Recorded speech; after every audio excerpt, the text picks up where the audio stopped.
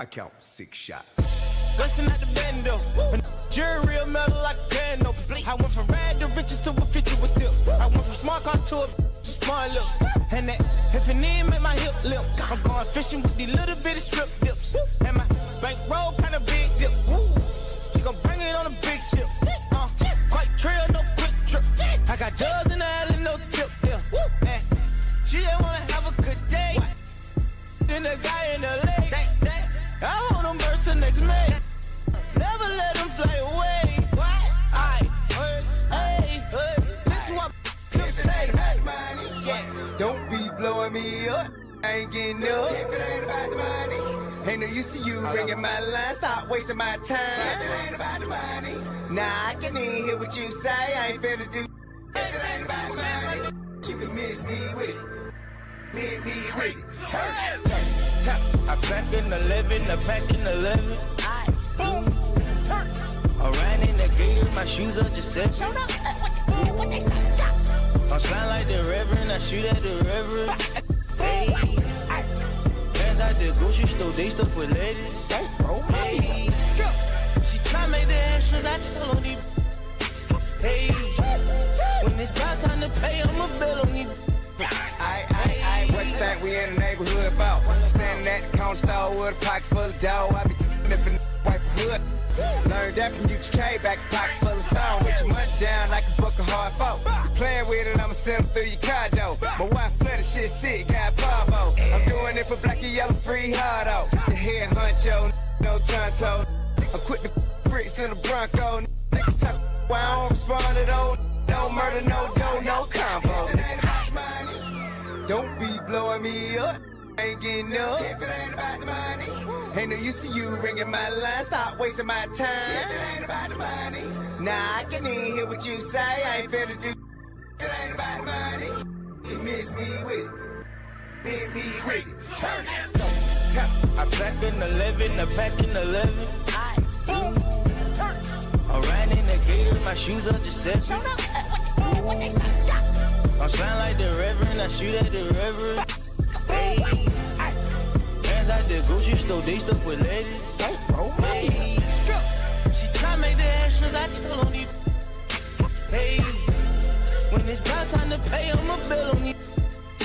Hey. What you think we in the neighborhood about? Standing in the trash like good blow. Yeah. Made baby, you slang that crack. Ride stole the car while he bang that ass. If it ain't about the money, peace, peace, peace, everybody. It is a guy with a bow tie checking in with you live for another edition of Business with Benefits. To my right, you have the amazing Kirsten Granados. How you doing, Kirsten? I am doing fantastic. It is so great to be here with you all today. Awesome. Well, I figured since we're talking about money, we had to play a song that says if it ain't about the money, so I thought it'd be appropriate. But I want to thank you guys for being here. Thank you to #TeamLive, #TeamReplay, however you consume the content. We appreciate it. Please let us know below where you are and how you're watching it. And thank you to our sponsor, StreamYard, for sponsoring the show. So Kirsten and I saw somebody putting TikTok videos on LinkedIn with financial advice. Those things don't go together in my book. When I hear financial advice, TikTok, and LinkedIn, my brain short-circuited. So for the people that don't know who you are and what you do, let them know your gift for the world. Yes. So essentially, I am a financial strategist and expert. I focus on demystifying personal finances for people that definitely they have a confused relationship with money. At the same time, providing them an opportunity to experience financial wellness on the emotional relationship side as well. Perfect. Straight and to the point. I love it. So let's break that down real quick with the reason I caught you is TikTok. Usually when people think of TikTok, they think of dance challenges, crazy pranks, fun jokes. My dad's on TikTok talking about the Kansas City Chiefs all the time, which is crazy because he's in the 60s, but he likes to go on TikTok and do that. So what made you decide in building your business and everything to use TikTok for what you're doing? So one of the things that I found in TikTok is the fact that there is a simple flexibility to get across the nitty-gritty in terms of your message that you want to say in under a minute. And people's time is very valuable. people are short on time. And a lot of times, one of the fastest, if you can capture someone's attention faster, then the likelihood that more people will be able to be exposed to the message. And usually I found that with longer forms of content, if people don't know you, they most likely will not trust you to listen to what you have to share. Right. So for the people that haven't used TikTok for business, what's been the experience? Can you say you're gaining clients because of it? You're getting a steady stream of clients, or is there more questions coming through? I'm so sorry. Are you asking me? Oh yeah, if you think it's more, because some people just think about the reality of TikTok, you get a lot of views and all that. So it's always important to kind of break down for people, are clients actually coming, or is it more just kind of Q&A situations?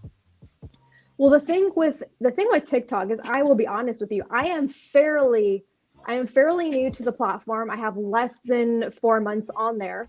But the thing that it does, that I have leveraged it at the beginning, was simply to actually just create content for LinkedIn, because I knew that more of the relationships that I had and the people that were particularly looking to amplify and improve their finances were on LinkedIn. So at the beginning, that started happening. And right now it is starting to even out. I had a video last night do pretty well in terms of the views, and it is starting to balance out. So you can never underestimate the power of just being consistent and showing up. Yeah, especially with social media, that's a big thing with it. And speaking of showing up, we got to show up for the audience that's commenting here. We have, her name chopped off, Jackie Curl. She said, this is Jackie Curl. Happy to see Kirsten here. It'll be great to hear from you. Thanks, Jackie, for jumping in here. We also have, she said she's Team Live as well, so she's really representing for you. Thank you. Juana, representing here. Hey, Juana. She's checked out both of our content, so thanks for joining us, Juana. Flo said, thank you, Mr. Perry, with the hand emojis. Thank you for the hand emojis. And Jackie, she said, your TikToks are great. Friend of both of ours, Travis, said, yo, brilliant guest to snag. So Travis is one of the kings of live content, so thanks for saying that, Travis. And then Clarine. I watched his live earlier today. Okay, yeah, he's cool. And Flo, actually speaking about the TikTok part, people want something fast and easy to understand. So she agrees with you on the quick content. And as we talk about that, you're talking about people's relationship with money. So when you say that phrase, there's a million ways to probably take it. What do you mean when you say people's relationship with money? On what levels? Yes. So I'm particularly talking in terms about the emotional side. So there's the strategic side that a lot of people focus on in terms of, okay, this strategy A, B, C, of investing, all these different things. And what I'm referring to is about the emotional side, because a lot of what decides how much action that person actually takes in terms of with any information that comes their way actually boils down deep down in terms of even their own beliefs that they have with themselves. So it goes down to the things that they saw growing up. It comes in terms to the conversations they heard as a child. And that is something that I'm very, very passionate about, kind of like helping to detangle that and walk them through a way in terms of seeing that their present and their future doesn't have to be dictated by their past. Would you say, I love that you're a young person doing this, because I think when I was in my 20s, it was just survive or get money. There was no conversation about that. But when you think about facing people's issues with their relationship with money, it seems like a big undertaking. So would you say a lot of it is more so, are people open to that? I guess my thought. When you come to people and say, hey, you got a bad relationship with money, are they open to that conversation in most intents and purposes, or something else has to happen to trigger that conversation with you? So usually a lot of times we don't exactly start off discussing that at the beginning. At the beginning, it'll be something more, you could say surface level, in terms of people saying, okay, how can I grow my money? How can I avoid maybe so much risk, or kind of counteract the effect of taxes? And then along the way, when I start to learn about why they made certain actions, what is their previous experience in terms of their choices they had previously made, because I always want to understand where people are coming from. Then there comes a point where I'm like, well, would you like to kind of explore a little bit more in terms of this path as well, and see how you can amplify the beneficial effects of you working on this and overcoming this, because otherwise, I will be honest with you, money IQ, it is important, it is great, but I see a lot of people that, due to a lack of strong money EQ in terms of the emotional relationship that they have, a healthy one, when things go awry or do very well, they can make choices that can cost them a lot. And I've seen this over the past over 4 years, and seeing this has made me realize, okay, both things are just as key in order to keep in mind. And COVID was a prime example of the emotional relationship with money. I mean, I feel like a lot of people, when they say they had a steady job, people often think the six-figure earners are in a better situation than the five-figure earners. But I'm sure you've seen in your work that a lot of those six-figure earners had a bad relationship with money and were freaking out just the same when you see people in Audis and food bank lines or people in Teslas in the food bank line. You're like, what are you doing here? But you've probably seen that being in California and everything. Have you noticed the relationship doesn't change based on income? I would say that ultimately, deep down, psychologically, a lot of folks, regardless of their income bracket, they have the same fears. They have the same worries. Naturally, they manifest in terms of different levels. Some people, maybe their concern is, okay, how can I make sure that I avoid this in terms of this next part of my life, or how can I make sure that I don't lose my home? Or other people, it's okay, how can I counteract the effect of just psychologically making sure that this loss that I had doesn't overall affect me, especially when it comes to beyond investments, their income as well, especially if they had career shifts or job switches. Well, that's why I think you got a great strategy with using the TikTok to start the conversation, because kind of like both of us work with insurance in some capacity, and it's rare that people would just reach out and say, hey, I want a life policy. It's usually something else kind of starts the conversation, and you'll mention something you can do with life insurance, where you spoke about it so eloquently about life insurance just for living. And that's an emotional, that's an IQ thing, knowing that, but it's also emotional, because I hear people say generational wealth all the time, which is the IQ thing. But there's like an emotional thing to it, I think, if you understand what happened. So how have you found as a young person that many people your age probably don't think of life insurance? How have you found that conversation going with people that are younger in their 20s versus people, say, in their 40s or 50s? Right. So we do want to understand that this is a unique tool amongst many different ones. Some people may ask, well, why is it that you brought this up specifically in a video I did yesterday? And I understand it can be a little bit of a polarizing topic. Some people, they strongly agree, and other people strongly disagree. And one of the things that affects why a certain tool is put into place is all the different threats or things that occur externally. So for example, I'm not married, but you may probably ask, well, why is it that you speak about this, and why is it that you own a policy yourself, several of these actually. So one of the things that I particularly saw is that, I mean, if last year spoke volumes more than ever, is that health is something that we cannot exactly have 100% control all the time. So no matter how well we equip ourselves, things can change. I will be honest with you. I broke my foot 4 years ago when showing a property. Back when I was assisting my dad, and I fell down a flight of three flights of stairs. Oh man. I couldn't walk. I could not walk for 5 months.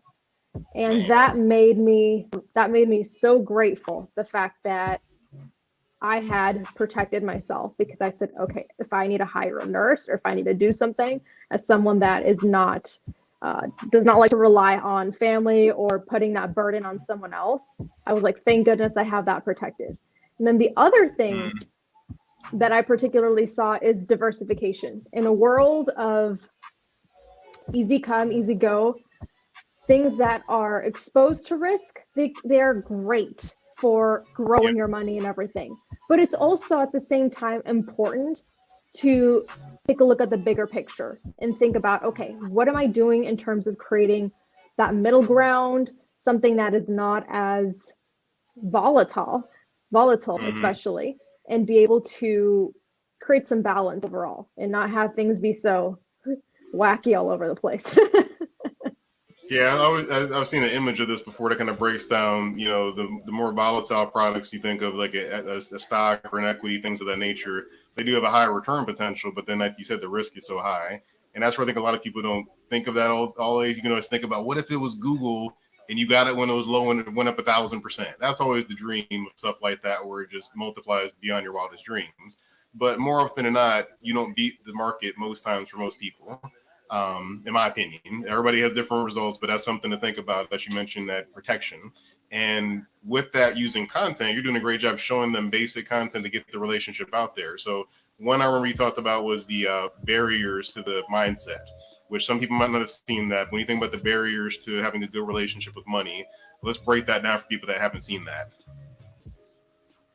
Yes, so oftentimes what I see in a lot of friends and a lot of clients is that people, they carry these invisible cloaks, and these invisible cloaks, they serve as this gray cloud of limiting beliefs, in terms of that people, they fear, okay, if I only stick to this, well, this is particularly that maybe they heard a conversation from a family member saying, oh, you know what, well, you shouldn't talk about it, don't think about it. And that ultimately it boils down to many different misconceptions, in terms of like, oh, well, if I charter this, if I think about it, I'm a bad person, or the love of money, or that money is the root of all evil. That's another very common one that I see. And why should I aspire for more? I mean, if I'm just content, you know, and I'm comfortable with where I'm at, then, I mean, I don't want to be greedy. I don't want to be seen as a wicked person. So there's so many different ones. And ultimately they boil down to a lot of the things, experiences, environment that we saw when we were kids. Mm-hmm. Yeah, I agree with that 1,000,000%. I come from a family, my father is retired military, mother worked at a military base for a long time as well. And it wasn't that entrepreneur family. And that wasn't something that was, you know, a money thing. They would just like, get a good job and retire, was kind of the mindset of most of my family, even in the other states. And you're right about that, the root of all evil thing. Because usually we kind of pin it in media as the billionaires are evil and everybody else is great, which there's some merit to that. But there are some people that use it in a good way and are utilizing that to leverage for other helpful things to take care of people. So as you're dealing with like a working class person, for example, LinkedIn obviously has higher net worth people, but there might be some people that see you on TikTok that are working class. What's usually the first starting point for you with them to help them understand the relationship with money? Yeah, so one of the exercises that I do walk them through and take them through is kind of understanding in terms of how their perception is and how they sit, in terms of, is it really this thing the cause of so many other things that you see manifested in your life? What if you see it like a friend? And then I walk them through an exercise to ultimately make sure they create a gap, they create a separation from maybe what they heard, from what they saw, to ultimately put it in a place and realize that a lot of the limiting and the negative energy that's attached to it, they can leave it back where they got it from. Leave it back where they got it from. Say, hey, you know what? This is yours. This is your belief. This is your pattern. This is your line of thought, but this is not mine. I leave you with it. It's not mine. That's one of the things. And then the other thing is, when you appreciate your relationships, you realize how internally wealthy you are. So a lot of times there's a lot of stress and anxiety in terms of, okay, how am I going to pay this debt off? Or how am I going to handle this? And I kind of like to walk them through, well, like, the thing is really boiling it down to the nitty gritty. Even if you had nothing, how many weeks, if you were, let's just say you were homeless, how many weeks could you stay at a different friend's house for a week? And then you will realize how internally wealthy you are in relationship equity. And that's something that a lot of times is not, we don't keep present. So when you have that gratitude, And you think about, okay, if that's a long list, that means you're cultivating some amazing things. And if it's not that long, well, you got some community building to do.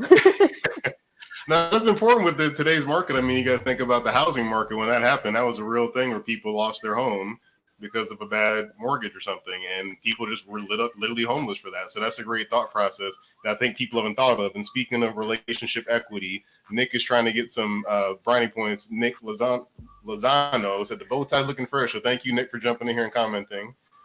And Clarine said she's Team Live too, representing as well. So that's still a hard undertaking what you're doing, going over that. So it kind of makes me wonder as well, when you mention the relationship, that there's also relationships with time. You hear time management all the time, which is really not a thing, but it's your relationship with time. How do you feel about procrastinating? How do you feel about that? And it's very mental, and it takes a lot of work over and over again. So for the work you're doing, I'm sure this is not a one-time engagement. I'm sure they're talking to you many times. So how long could you say someone expects on average to make a minor change to their mindset when it comes to money? Like a simple thing, like you said, that leaving it behind. Is that a 3-month engagement before they finally get it? Or is it kind of like, oh, I get it as soon as they talk to you? I usually like to cut to the chase in terms of not drag it out long. Usually after about two weeks, in terms of two different sessions, we kind of worked through that aspect. It shouldn't be something that is that takes that long. I mean, I'll just be honest with you. Yeah, don't be blunt about it. And Clarine actually said about their relationship equity. Interesting concept. Yeah, I've thought about it now with LinkedIn. I met some amazing people on LinkedIn that I consider friends. So that's something that prior to COVID, my relationship equity is probably lower. I wasn't reaching out as often and talking to people as frequently unless it was business. But now I have friendships I made that way. So I think that's a great point you make, Kirsten, that people should think about relationships as well, just because you never know. But segueing into a different concept with that, when you're working with the emotional portion, there's always these good habits we should have with money and bad habits. So what's probably like a bad habit the industry, when you talk about the relationship with money, what's a bad habit you see the industry putting on the average consumer when it comes to the relationship with money? Okay, so when you mean on the industry, you mean something that I see professionals do? Is that what you're asking? I guess like we'll say the talking heads. If you see like a finance seminar on TV or a radio show or something, the big mega monoliths of money, something like a bad habit you see coming from that side. Yes. So something that really does, it really confuses me, and I really wonder how effective it is. I'm sure they don't have necessarily like the worst intentions, but the thing that creates a little bit of irritation in my end is a lack of transparency, a lack of just being honest in terms of, okay, what is the real purpose of this? What is something I'm actually going to do? I mean, I don't promise that I'm going to turn my clients into the next, Bill Gates. I'm right. I mean, if you're over promising and inflating numbers in terms of, okay, well, we're going to do this and we're going to do that, I think it's just rather provide solutions to people's problems. Get down to the nitty gritty, to the root core. Stop putting on these facades of terms of how big of a mansion you're gonna provide, and I'm just like, no, keep things simple. I mean, it's a very, how do you say, like very like superficially driven, and I share that because I know how superficial some people can be when portraying the impact of what they do. I did come from working in a luxury real estate sector, so I understand the homes that people deal with and the promises and all those things. So it can be very aesthetically driven. Yeah, no, I agree with that. I think that's what makes the finance and insurance industry difficult, because people have had that happen to them and they were mistreated, and then they go back into the market and they're like, oh, I need somebody new now. And it makes this impossible barrier to surpass because somebody else burned them in a bad way. And I've seen this a lot with life insurance, where somebody thinks they had one kind of policy just because somebody wanted to sell something, but then it was in fact something totally different. And not so much the facade, but I guess it might be the facade. You got to make a certain number of sales to say you're the top insurance guy. So that's why I like you. You're very real and transparent about this is something you didn't know about insurance. And I think everybody here watching it should take heed to that with your business. Anything you know your clients don't know, just tell them. and be straightforward, because in this day and age, you can reach information pretty easily. So I think that's a valuable thing to do. You mentioned being new to TikTok, using it as an editing tool, and that short form content. How do you see that evolving for financial spaces? Because again, it was always made for teenagers and stuff like that before. But how do you see it evolving for things like real estate, finance, anything that's more boring, quote unquote?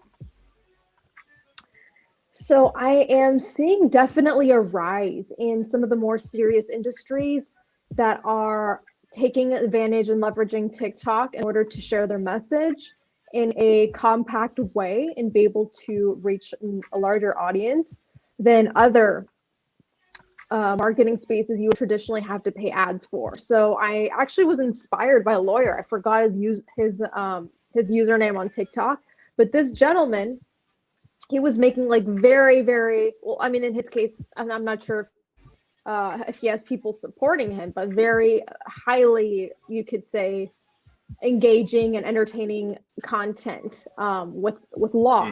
And I think everybody has a different approach in terms of, there's sometimes this misconception like, oh, well, to get on there I have to be silly, or I have to be quirky or funny or something. I will be honest, I mean, I'm no Mariah Carey. I can't really dance like some of the people there, but I can share things without cotton candy and fluff, which is what I'm all about. So well, there you go. So you don't have to be funny, because whenever I see a TikTok video, and my dad literally, and I'll get on him about this, he'll just say the Chiefs gonna win, like he'll do something like that, and then 3,000 views like in 10 minutes. It's so crazy, but that's important to think about. And then we actually have Clarence had a comment here. Clarine, I apologize. She said, I have a good friend who successfully uses TikTok on LinkedIn for her coaching and real estate business. So I've heard you say this and Judy Fox say this, that use it as an editing tool. Maybe you don't make the content there, but the editing is so simple, it makes it easy. But I'm a big fan of making the complex simple, so I love your approach with this, with everything you're doing. Now, you mentioned something earlier about, we talked about insurance a little bit. What's the biggest conception or misconception you have with people that come to you that maybe don't have life insurance, or they do, but what's the biggest misconception you have with people with understanding the uses and benefits of life insurance?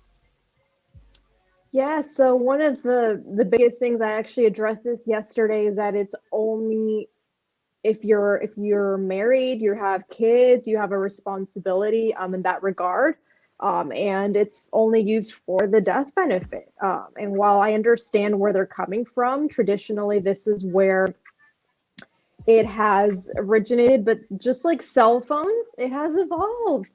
It has evolved over the years. And like we see smartphones today, I see a lot of people use them for more of the other features in terms of texting. We see making video calls and so many other things. That is not necessarily, it goes beyond just the calling. Okay.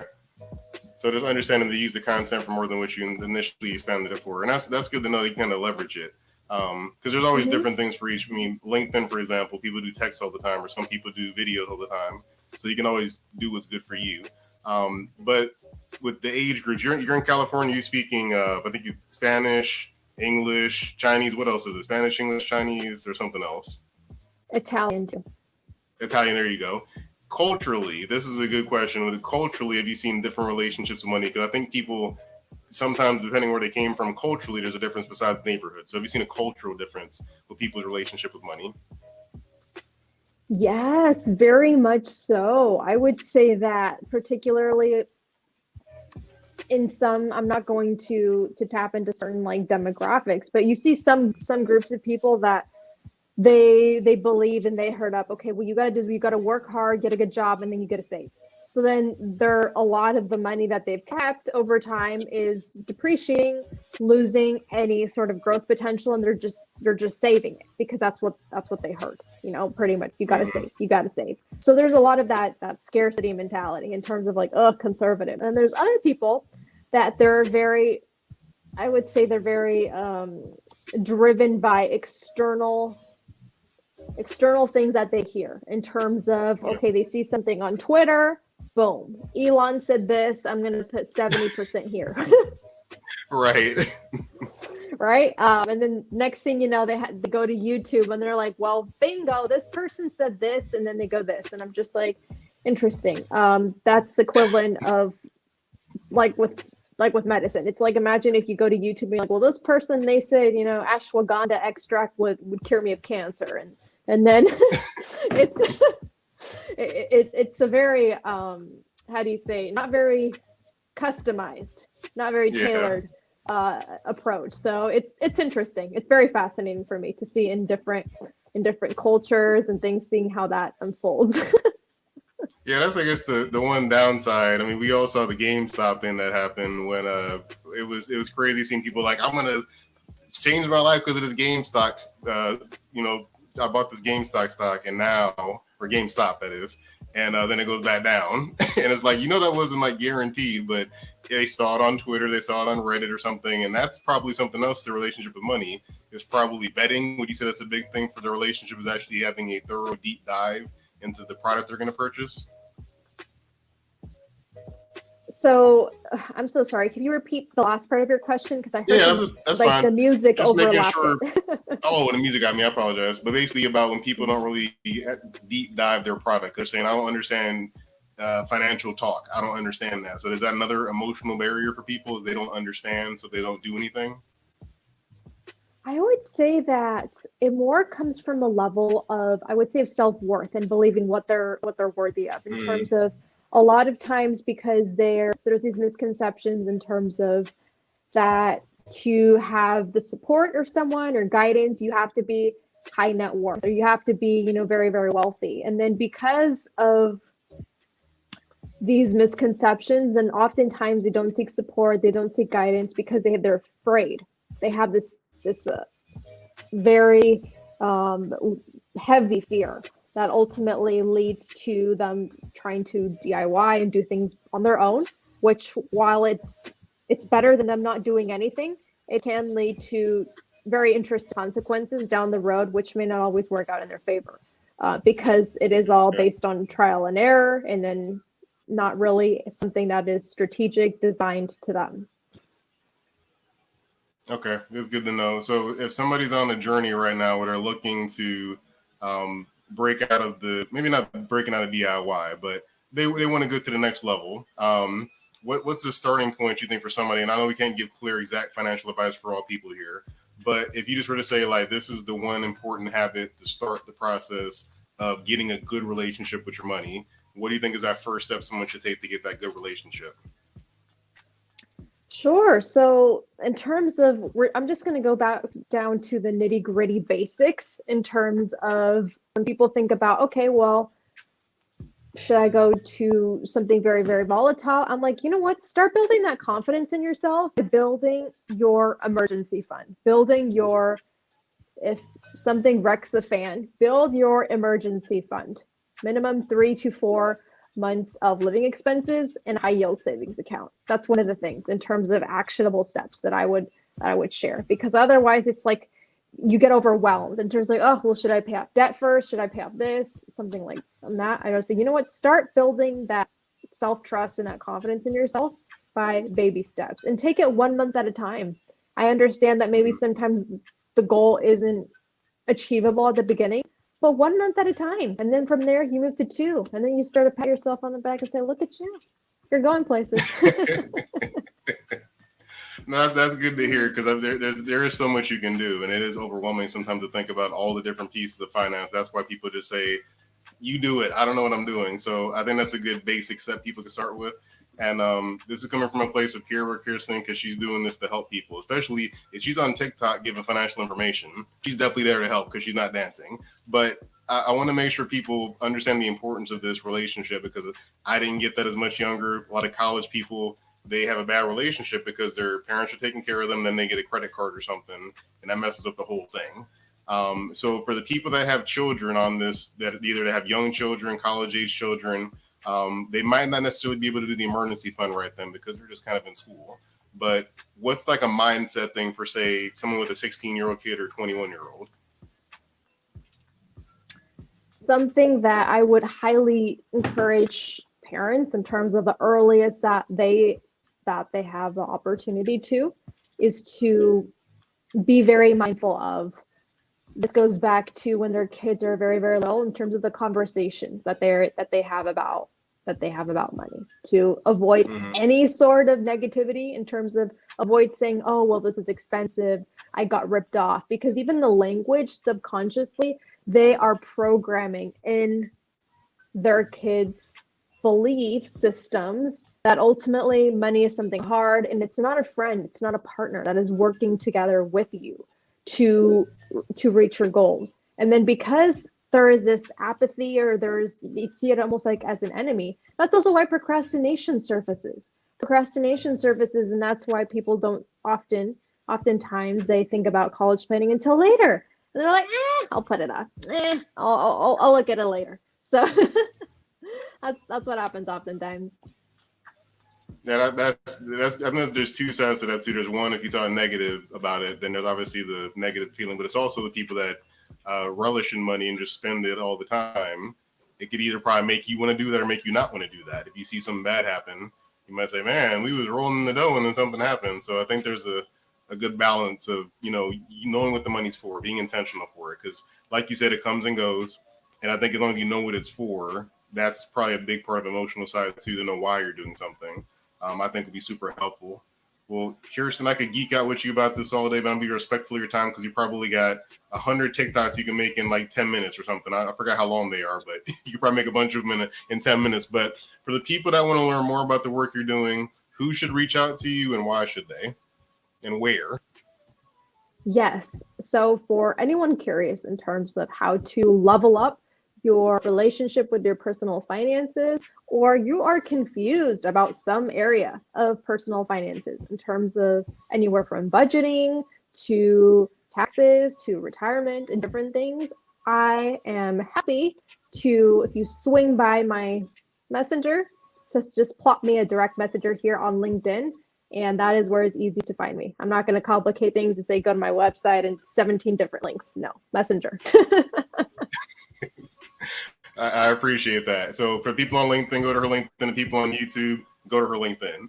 that's the main two ways to do it.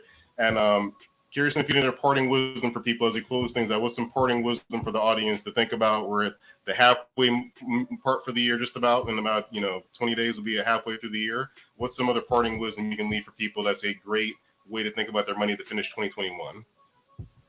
Yes. So one thing that I would share is to ultimately keep in mind is that what you appreciate appreciates. If you manifest gratitude towards your boss, towards your clients, towards whatever that has helped you bring more of your best self, you will have a better relationship. And ultimately, when you're kind and you're generous, the more you are of a giver, I see it come back tenfold. My goodness, it's one of the most, I would say, timeless principles that does not evolve. Boom. Be a giver, a go-giver. There we go. Well, Kirsten, thank you. We will catch you guys next time on Business with Benefits. Please don't forget, next week we will have linked lunch as well as a special Professionally Black Friday at 5 p.m. to talk about Juneteenth.